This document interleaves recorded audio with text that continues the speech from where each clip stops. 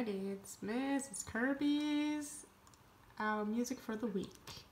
So is anybody wondering why we're learning about Beethoven? Because here are some better reasons. He's one of the most influential composers ever. Ludwig van Beethoven was born in Germany in 1770. That was 250 years ago.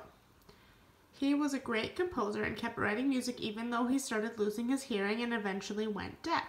He heard all the music in his head and kept writing it down on paper for people to play. Beethoven changed music history by starting the Romantic period. He wrote longer pieces of music for larger orchestras, and he wrote with more emotion. Beethoven had a lot of quirky behaviors. That means kind of like interesting or silly. And he was hard to get along with. Some people think that that was because he was a musical genius and yet he had to struggle with his inability to hear. But most importantly, Ludwig van Beethoven never gave up. Because Beethoven persevered to meet his goals, he was able to live the dream that was inside him. This reminds me of a book. Anybody heard of the author Mo Willems? These are my 3 favorite Elephant and Piggy books by Mo Willems. Am I invited to a party? Can I play too? And let's go for a drive. Here's a link to another Mo Willems book. This book mentions Ludwig van Beethoven as well as another Romantic composer, Franz Schubert.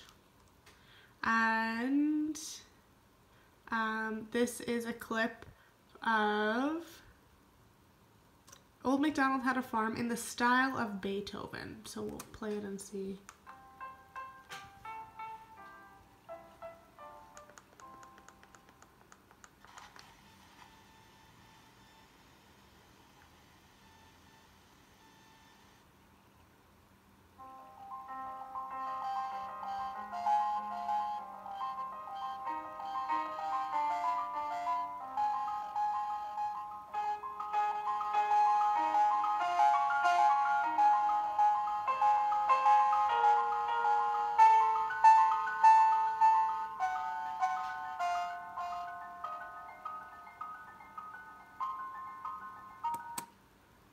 That's pretty cool. I'm going to put a link to the book because this one. I'll just give you this link so then you can listen to this book, and it says it talks about Beethoven. So that's interesting. Hope you've enjoyed learning about Beethoven. He seems like a pretty interesting composer to me.